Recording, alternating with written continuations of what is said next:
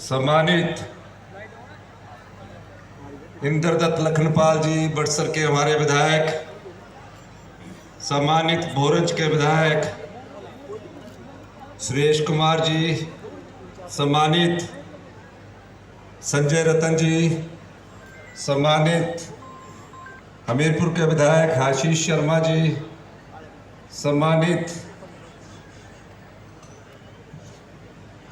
जयसिंह के विधायक गोमा जी, सम्मानित कुलदीप उठानिया जी जो कांगड़ा कोऑपरेटिव बैंक के चेयरमैन हैं, सम्मानित राजनीतिक सलाहकार सुनील शर्मा जी, सम्मानित मंच के सामने बैठे हुए मुख्य अतिथिगण के साथ आए हुए सभी उनके साथीगण और सम्मानित सुजानपुर और साथ लगते क्षेत्रों से आए मेरे सभी साथीगण, सबसे पहले तो मैं इस जिला का मुख्यमंत्री बनने के बाद पहली बार अंतर्राष्ट्रीय जो होली का उत्सव है उसमें आपके बीच में आया हूं। आपको इस होली उत्सव की बहुत बहुत शुभकामनाएं।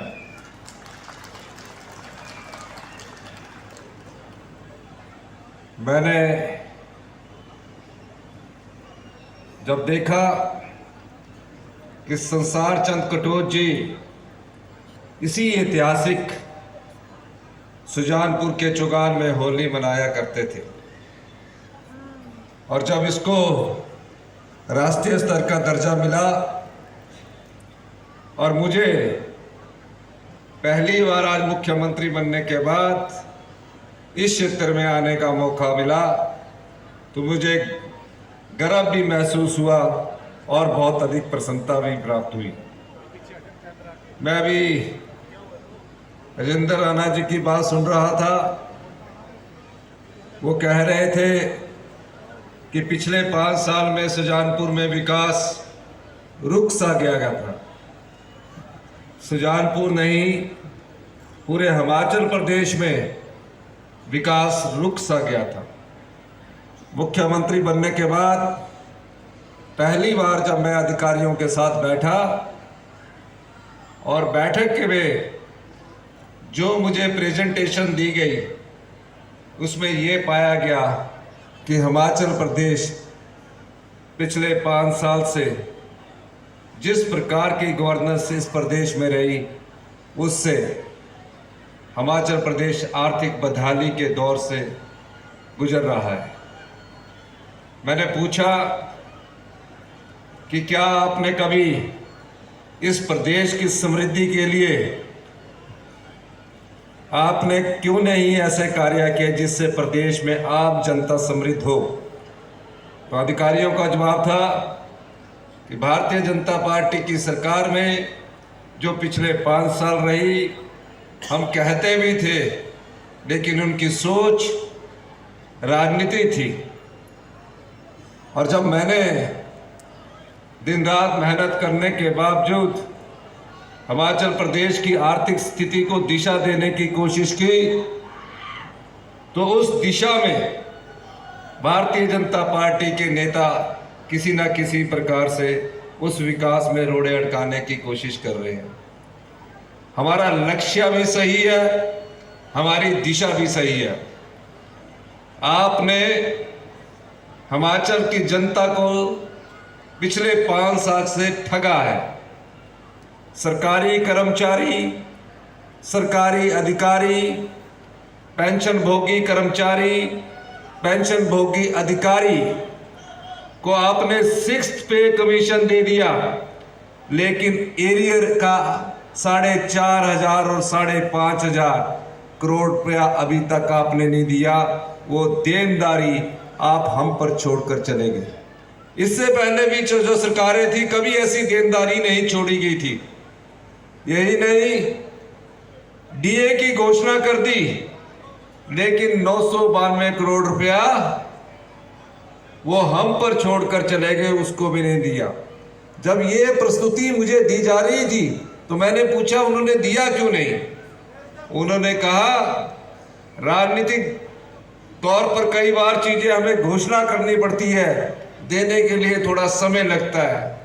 जब मैंने देखा तो सही मायने में हमारे पास पैसे नहीं थे, और पता नहीं कहां से 4.5 साल तो सत्ता में रही, 4.5 साल तक कोई संस्थान नहीं खोला, और जैसे ही चुनावों का 6 महीने का समय आया, ऐसी देविया शक्ति पूर्व मुख्यमंत्री जयराम ठाकुर और उनकी कैबिनेट में आ गई कि 920 संस्थान खोले गए, 920 संस्थान खोले गए। और उन 920 संस्थान खोलने के लिए ना तो कर्मचारियों की नियुक्ति की गई, ना उन सीटों को फिलअप किया गया, और महज राजनीतिक रोटियां सेकने के लिए वो संस्थान खोले गए। मैंने उनसे पूछा कि अगर इन संस्थानों को खोल दिया जाए, मान लिया जाए, तो कितना खर्च आएगा? तो कहा 5,000 करोड़ रुपए संस्थानों को खोलने की खर्च आएगा। और ऐसे स्कूल खोल दिए गए जहां टीचर 5 और प्राइमरी स्कूल में बच्चे 2। 200 स्कूल ऐसे खोल दिए गए जहां एक भी बच्चा अभी कक्षा में नहीं था, महज टीचर वहां लगे हुए थे। अब हम राजनीतिक जीवन में हैं, अगर हम भी ये सोच लें कि हम प्रदेश के मुख्यमंत्री बने हैं, मंत्री बने हैं, और जो राज्य के साधन हैं वो हम लुटा देंगे, और लुटाने का तरीका कर्जा उठाकर हिमाचल की जनता को कर्जे के बोझ के नीचे दबा देंगे, तो ये बहुत गलत बात है। हमने प्रयास किया, हमने एनरोलमेंट का पूरा डाटा कलेक्ट किया और पाया कि 56 स्कूल मिडिल खोले हैं, 2 टीचर है, बच्चा एक में नहीं है। 23 कॉलेज खोले जहां बच्चे सिर्फ 10 थे। जब हमने पाया कि क्राइटेरिया फिक्स कीजिए, तो 60 के ऊपर जो कॉलेज में बच्चे आए, हमने वहां भी कॉलेज खोल लिया। लेकिन जहां 10 बच्चे, 5 बच्चे और एक टीचर है, वहां हमने कॉलेज नहीं खोला।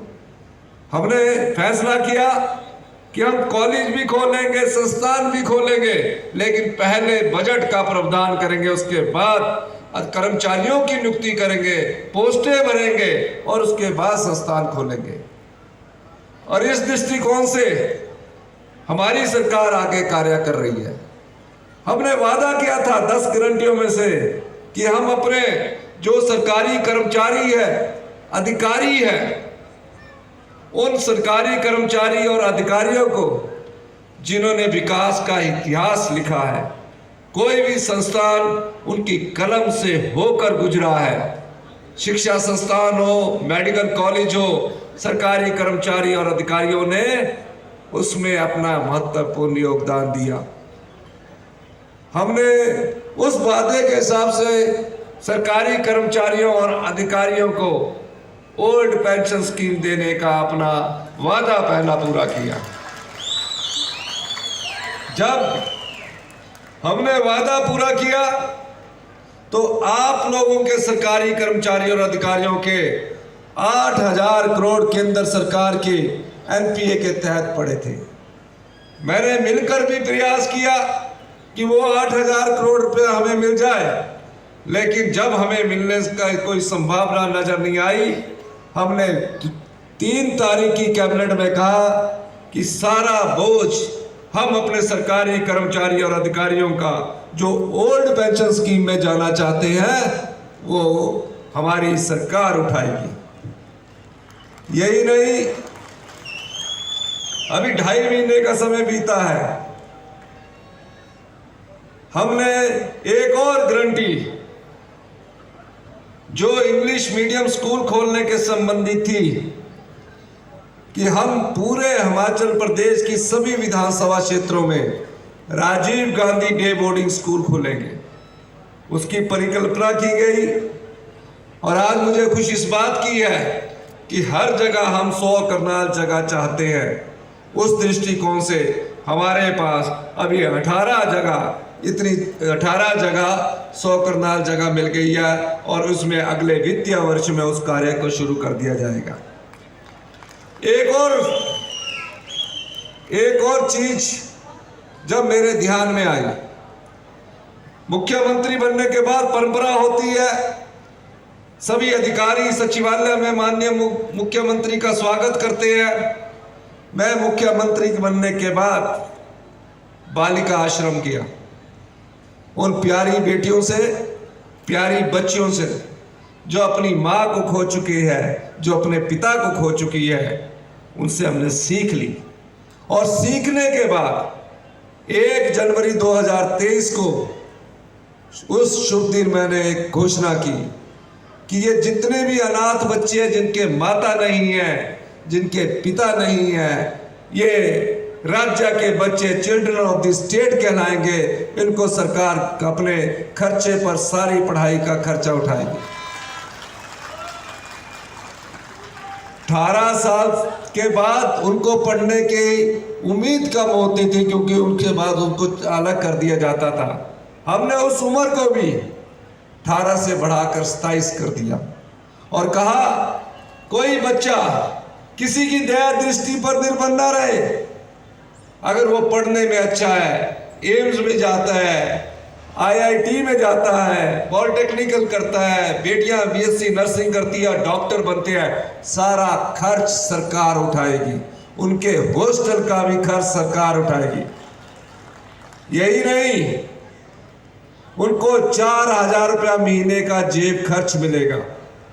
उनको सर्दी के कपड़े अलग और गर्मी के कपड़े अलग 10,000 रुपया साल का मिलेगा।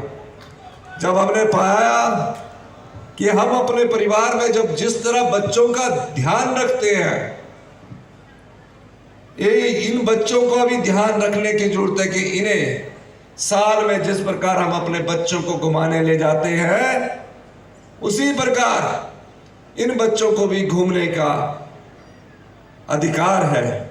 और हमने इन बच्चों को साल में 10 दिन, चाहे वो केरल जाए, गोवा जाए, हिमाचल प्रदेश के, हिंदुस्तान के किसी भी कोने पर जाए, हम उनको बाई एयर घूमने का पूरा खर्च देंगे और 3 स्टार होटल में रहने की सुविधा देंगे। ये हमने क्यों किया? उन बच्चों ने कोई मांग नहीं की थी। वो बच्चे कोई मांग लेकर नहीं आए थे। हमसे जो भी, हम राजनीतिक जीवन में पिछले 40 साल से कोई भी आदमी आता है, मांग में उठा लेता है। और कई लोग आते थे कि इसके बच्चे के माँ बाप नहीं है, इसको पढ़ाई का खर्चा दे दीजिए। जब हमने सोचा कि ये कोई भी नेता, चाहे हम लेके आते थे कि इनको पढ़ाई के खर्चे के लिए हम इनको अपनी दया दृष्टि पर रखते हैं। हम उन बच्चों को उनकी दया दृष्टि पर रखना नहीं चाहते थे।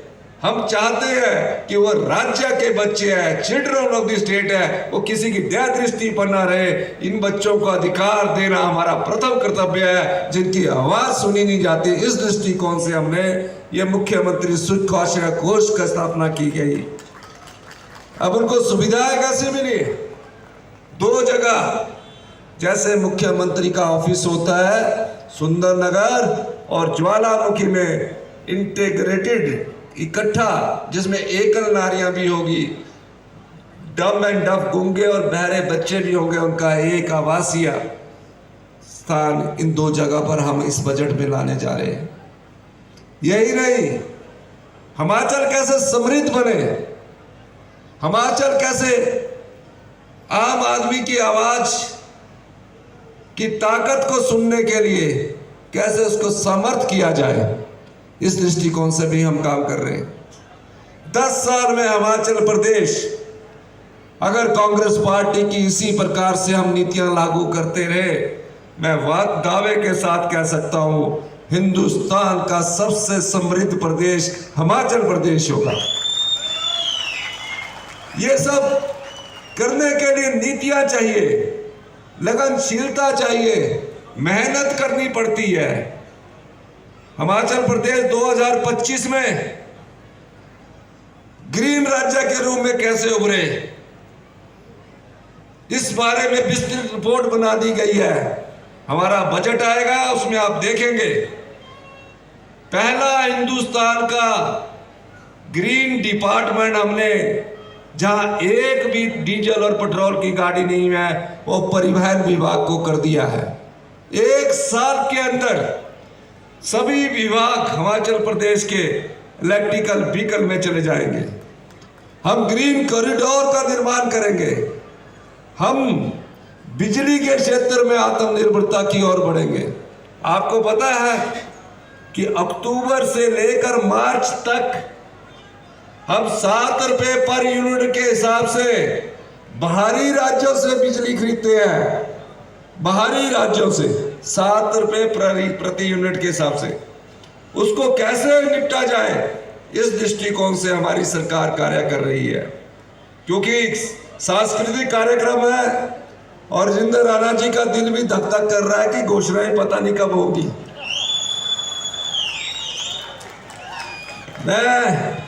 राणा जी को मैं बता रहा था स्थिति अच्छी नहीं है, फिर भी हमीरपुर गृह जिला है, मैं पूरे हिमाचल प्रदेश मेरा सारा गृह जिला है।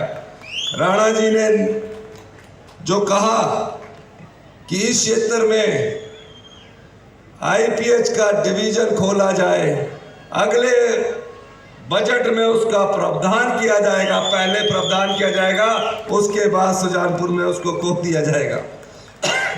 इसके अलावा यहाँ इलेक्ट्रिसिटी का ये एक्शन डिवीजन चाह रहे हैं। इन्होंने कहा कि वो इलेक्ट्रिसिटी का डिवीजन भी खोलना है। हमने कहा हम उसमें भी बजट का प्रावधान करेंगे और अगले वित्तीय वर्ष में उसको भी खोल दिया जाएगा। सुजानपुर में आईपीएच का डिवीजन भी खोला जाएगा और इलेक्ट्रिसिटी बोर्ड का डिवीजन भी खोला जाएगा। इसके अलावा एक बस स्टैंड की बात सुजानपुर में राणा जी ने कही है। बस स्टैंड के लिए जहां भी जगह उपलब्ध होगी, सुजानपुर में एक अच्छा बस स्टैंड का निर्माण किया जाएगा। यही नहीं, हमारे बेटे बेटियां ग्रेजुएशन के बाद पोस्ट ग्रेजुएशन क्लासेस के लिए जाती है। अगले एकेडमिक सेशन से हम इसमें 2 पोस्ट ग्रेजुएशन क्लासेस की शुरुआत करेंगे, जो माननीय विधायक द्वारा बच्चों के साथ बातचीत करके हमें उसकी सूची सौंप देंगे। फिर कहा कि टोनी देवी में कॉलेज खुलना चाहिए। मैंने कहा कि कॉलेज में खोलने से पहले वहां लेक्चरर की भर्तियां करेंगे और अगले वित्तीय वर्ष में, इस बार के एकेडमिक सेशन में नहीं, पहले भर्तियां करेंगे, जगह ढूंढेंगे, बिल्डिंग का निर्माण करेंगे, उसके बाद आपके यहां टोनी देवी में कॉलेज भी खोल दिया जाएगा।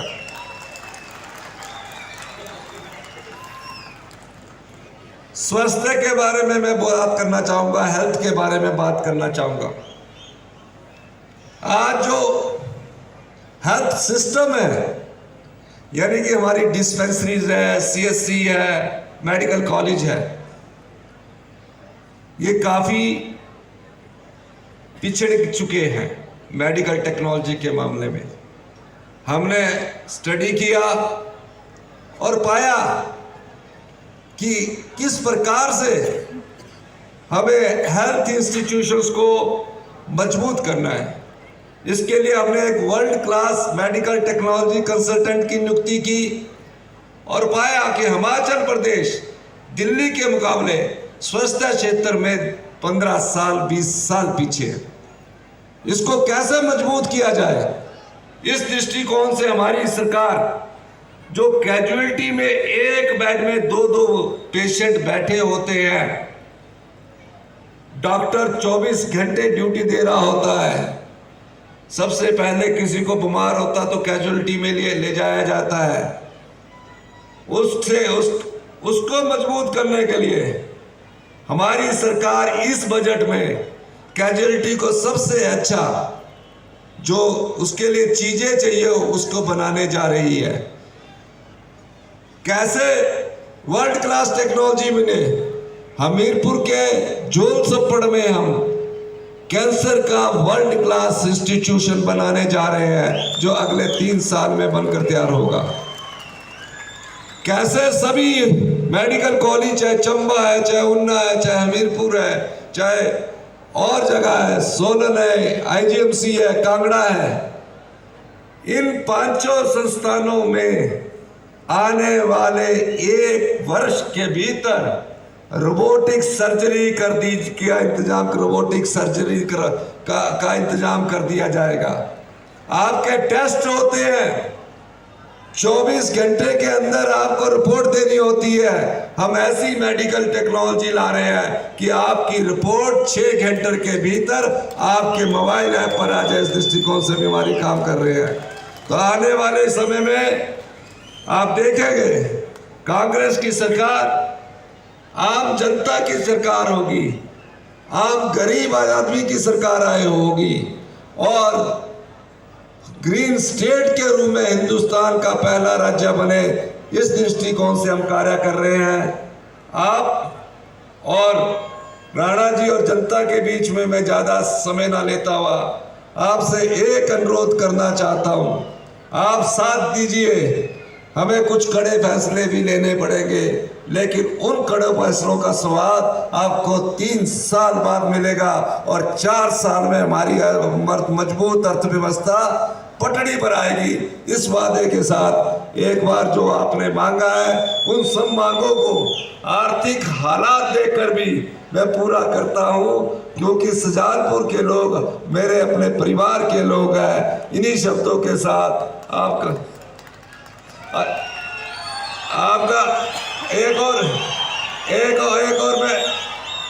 एक और मैं कहना चाहता हूँ।